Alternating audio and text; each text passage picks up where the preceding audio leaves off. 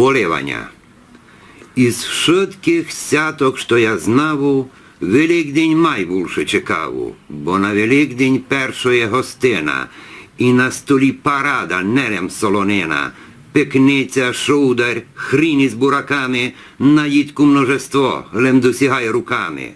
А поза того ся парує поливати, вадь із відра, вадь порфіном мож убирати, дівки селом квілять немилосердно, бо легіні за давній звичай узялися твердо. Студену воду із кирниці зачерявуть, дівок по дворах і на вулиці імавуть.